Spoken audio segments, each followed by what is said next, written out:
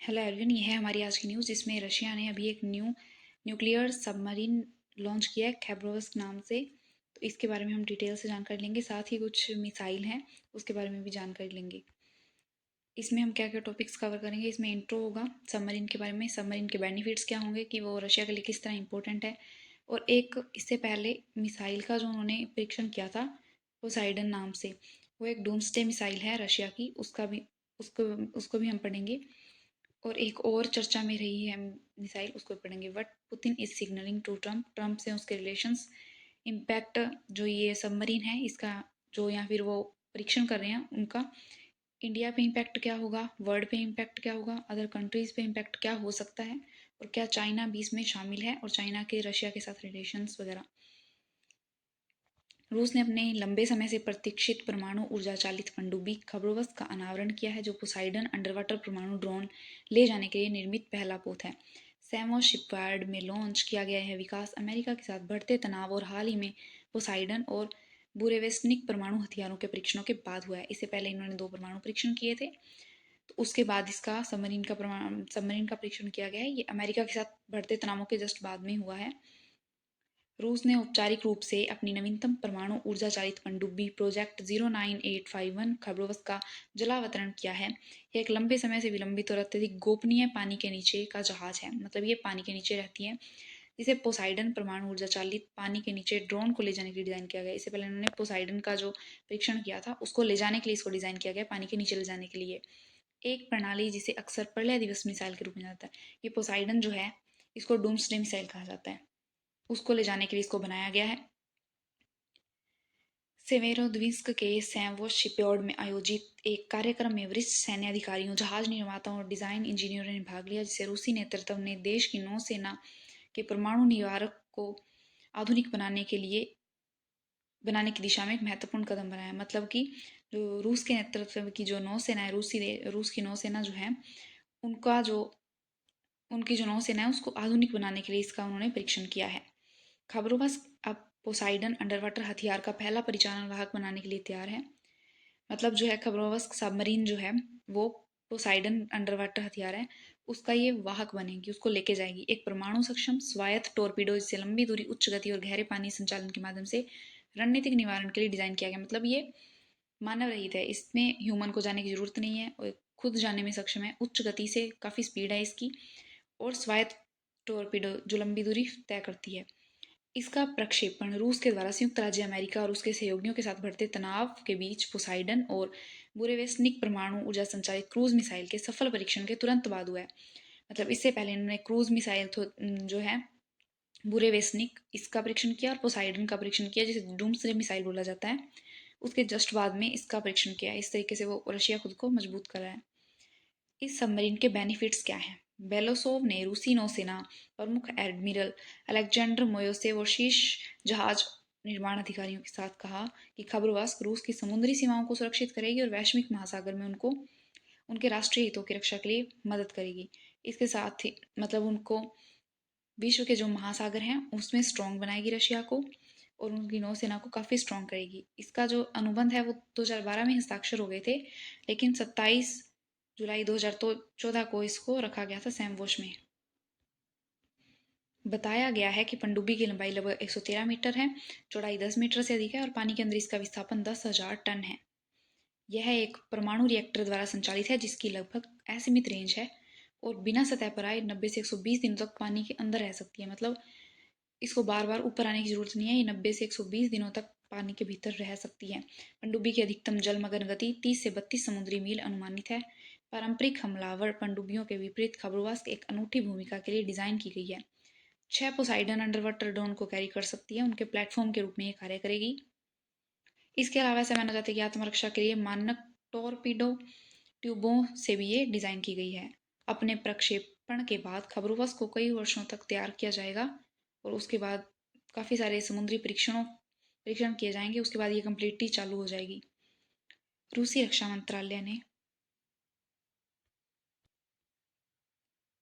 रक्षा मंत्रालय ने खबरोवास को एक ऐसे पोत के रूप में वर्णित किया जिसका उद्देश्य विभिन्न उद्देश्यों के लिए रोबोटिक प्रणालियों सहित आधुनिक पानी के नीचे हथियारों का उपयोग करके नौसेना को पूरा करना है। मतलब वो समुद्र के नीचे रहकर नौसेना के जो मिशन है उनको पूरा करेगी और रूस की सैनिक शक्ति को मजबूत करेगी।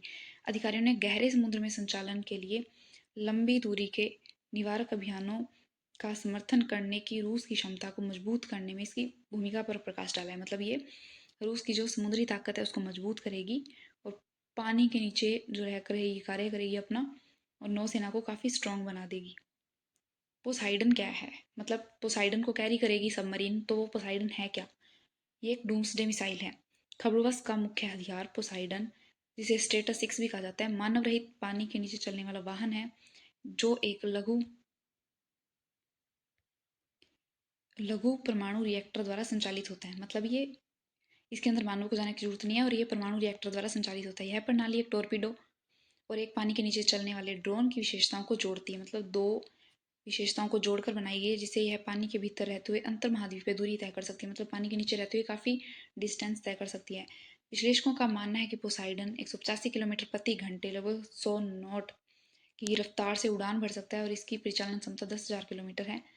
ये पारंपरिक परमाणु हथियारों को भी ले जाने में भी सक्षम है, गहराई में भी काम कर सकता है उसको ले जाकर भी। बिजनेस डेली कॉमर्सेंट ने बताया है कि पोसाइडन पनडुब्बियों और आधुनिक टॉर्पीडो की गति को पार करने में सक्षम है। मतलब अब तक जो टॉर्पीडो वगैरह बनाए गए हैं उनको उनसे ज़्यादा स्ट्रॉन्ग है ये। यह बहुत गहराई और अंतर महाद्वीपीय दूरी तक यात्रा कर सकता है। खबरवश श्रेणी की पनडुब्बियां इस हथियार के प्राथमिक वाहक होने की उम्मीद है। आधिकारिक बयानों के अनुसार पोसाइडन की कॉम्पैक्ट परमाणु प्रणोदन प्रणाली एक रणनीतिक पनडुब्बी के रिएक्टर से लगभग 100 गुनी छोटी है, जिससे इसे विशाल रेंज मिलती है और वाहक पोत पर जगह काफ़ी कम चाहिए होती है इसको।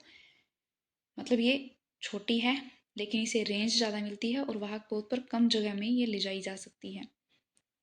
काफ़ी ये आधुनिक है। बुरेवेस्निक जो है एक और परमाणु परीक्षण किया गया था। एक अभी सबमरीन बनाई है उन्होंने, एक मिसाइल है पोसाइडन और एक और परमाणु परीक्षण है। पोसाइडन के समानांतर रूस ने हाल ही में एक परमाणु संचालित हथियार प्रणाली बुरेवेस्निक क्रूज मिसाइल का परीक्षण किया है। ये क्रूज मिसाइल है। पारंपरिक मिसाइलों के विपरीत बुरेवेस्निक के परमाणु रिएक्टर से लेस है। इसमें परमाणु रिएक्टर भी लगाया गया है जो इसे अपने लक्ष्य पर प्रहार करने से पहले अनिश्चित काल तक हवा में रहने की अनुमति। मान लीजिए यहाँ उसका फोकस है तो ये काफ़ी टाइम रह के पहले वेट करती है कि वो कंटिन्यू यहीं तक है, काफ़ी टाइम तक ऊपर रह सकती है अनिश्चित काल तक और उसके बाद अटैक कर सकती है अपने लक्ष्य पे, अपने गोल पे। रूस ने बुरेवेस्निक का सफलतापूर्वक परीक्षण किया था जिसके बाद रूस के परमाणु त्रिकोण के सभी 3 घटकों भूमि आधारित बैलिस्टिक मिसाइल, पनडुब्बी प्रक्षेपित बैलिस्टिक मिसाइल और हवा से प्रक्षेपित परमाणु क्रूज मिसाइलों का जो है सफलतापूर्वक परीक्षण हो चुका है उनका। भूमि आधारित पोसाइडन पनडुब्बी से जो है वो है जो भी सबमरीन बनाई गई है, और हवा से प्रक्षेपित बेलेवेस्निक बुरेवेस्निक। पुतिन ट्रम्प एंड कंपनी को क्या संकेत दे रहे हैं? पुतिन जो है ट्रम्प एंड कंपनी को क्या संकेत दे रहे हैं? अमेरिकी राष्ट्रपति डोनाल्ड ट्रंप के प्रशासन ने हाल ही में रूस के तेल क्षेत्र पर प्रतिबंधों की घोषणा की थी और यूक्रेन में युद्ध विराम का आह्वान भी किया था। पुतिन ने अपने परमाणु संबंधी बयानबाजी को और मजबूत करके जवाब दिया और सार्वजनिक कार्यक्रमों में परमाणु कमान अभ्यासों की अध्यक्षता की है पुतिन ने। इस तरह से वो कंटिन्यू जो है अपने परमाणु परीक्षण कर रहे हैं क्योंकि ट्रंप ने उन पर काफ़ी प्रतिबंध वगैरह लगा दिए थे और यूक्रेन और रूस युद्ध के कारण भी। पुतिन ने अमेरिकी प्रतिबंधों का हवाला देते हुए कहा कि वो रूस पर दबाव बनाने की कोशिश कर रहे हैं और स्वाभिमानी देश किसी के कंट्रोल में नहीं आते हैं। पुतिन ने शीत युद्ध काल में प्लूटोनियम भंडारों के निपटान पर अमेरिका के साथ 2000 के समझौते को हटने के ड्यूमा के फैसले का भी समर्थन किया। रूस विरोधी नए कदमों से रणनीतिक संतुलन में आमूलचूल परिवर्तन का हवाला दिया। इसके साथ ही रूस के परमाणु परीक्षणों का हवाला रूस के जो परमाणु परीक्षण है उनके बारे में सवालों का जवाब देते हुए ट्रंप ने युद्ध के बीच हथियारों के विकास पर जोर देने की आलोचना की। उन्होंने क्रिटिसाइज किया कि एक तो वॉर चल रहा है, ऊपर से आप परीक्षण कर रहे हैं, और उन्होंने अमेरिका में परमाणु परीक्षणों का आह्वान किया कि वो अमेरिका में परमाणु परीक्षण किए जाएंगे। इस तरीके से न्यूज़ आई थी सबमरीन के बारे में। Russia launches it's newest nuclear submarine Khabarovsk designed to carry the underwater nuclear drone Poseidon, also known as Doomsday Missile। इस इस परीक्षणों का भारत पर क्या प्रभाव पड़ेगा? न्यूनतम प्रत्यक्ष प्रभाव। रूस और भारत के संबंध मैत्रीपूर्ण है इसलिए प्रत्यक्ष प्रभाव नहीं पड़ेगा, ऑलमोस्ट ना के बराबर पड़ेगा। हथियारों की होड़ की आशंका। मतलब अभी भारत को भी बाकी जैसे देशों के अकॉर्डिंग अपने हथियारों को अपडेट करना पड़ेगा। अप्रत्यक्ष भू राजनीतिक प्रभाव भारत पर तो इसका डायरेक्ट कोई प्रभाव नहीं पड़ेगा, लेकिन जैसे कि अभी रूस ने परीक्षण किया है, धीरे धीरे और भी महाशक्तियां जो है या फिर अन्य देश परीक्षण करेंगे तो उनका भारत पर इफेक्ट पड़ सकता है। तो इसी तरीके से ये डायरेक्टली भारत को इफेक्ट नहीं करेगा, इनडायरेक्टली करेगा, क्योंकि प्रणाली वैश्विक परमाणु तनाव को बढ़ाएगी और अंतर्राष्ट्रीय सुरक्षा गतिशीलता को बदलेगी। एक प्रमुख वैश्विक शक्ति होने के नाते भारत को एक अधिक जटिल और संभावित रूप से अस्थिर भू राजनीतिक परिदृश्य पर नजर रखने और उसमें आगे बढ़ने की आवश्यकता होगी। खबरों का निर्माण करने वाली सेंवर शिपयार्ड ने पहले भारत के आईएनएस विक्रमादित्य विमान वाहक पोत का नवीनीकरण किया था। मतलब उन्होंने ही भारत के आईएनएस विक्रमादित्य विमान वाहक पोत का नवीनीकरण किया था, जो मौजूदा रक्षा सहयोग को दर्शाता है। इस अकॉर्डिंग ये डायरेक्टली इंडिया को अफेक्ट नहीं करेगा। विश्व पे इसका क्या प्रभाव पड़ेगा? ये एक डोमेस्टिक पोटेंशियल पोसाइडन को व्यापक रूप से प्रलय मिसाइल का उपनाम दिया गया है, क्योंकि ये लंबे समय तक चलने वाली रेडियोधर्मी सुनामी पैदा कर सकता है। अब ये अगर समुद्र में विस्फोट होती है तो वहाँ के आसपास के शहरों को और समुद्र नौ से निकटों को तो नष्ट करेगी ही, इसके साथ ही इन्वायरमेंट पे भी इसका इफेक्ट पड़ेगा, क्योंकि ओशन में अगर ये ब्लास्ट होती है तो ऑब्वियसली जो मरीन लाइफ है वो तो अफेक्ट होगी ही। ये पूरे राष्ट्रों को मिटा सकती है, ऐसा एक्सपर्ट्स का कहना है। नए प्रकार का परमाणु खतरा, परमाणु खतरा कोई भी हो वो बहुत ज़्यादा हार्मफुल होता है, क्योंकि उसके प्रभाव लॉन्ग टर्म तक रहते हैं। ये एक डूम्सडे मिसाइल है जो कथित तौर पर लंबे समय तक चलने वाली रेडियोधर्मी सुनामी पैदा कर सकता है, और इन्वायरमेंट को तो ऑब्वियसली ये नुकसान पहुंचाएगा ही।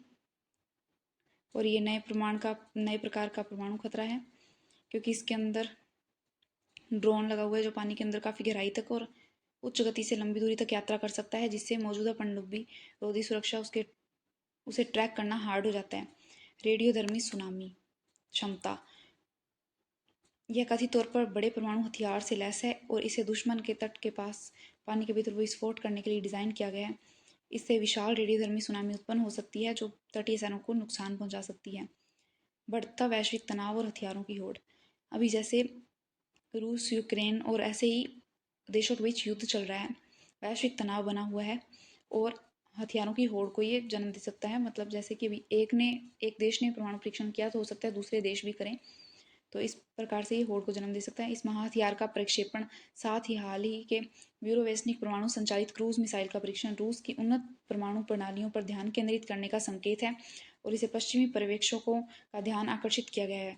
यह विकास वैश्विक शक्ति संतुलन में जटिलता की एक नई परत जोड़ता है, तनाव बढ़ाता है और संभावित रूप से अधिक उन्नत परमाणु हथियारों की होड़ को जन्म देता है।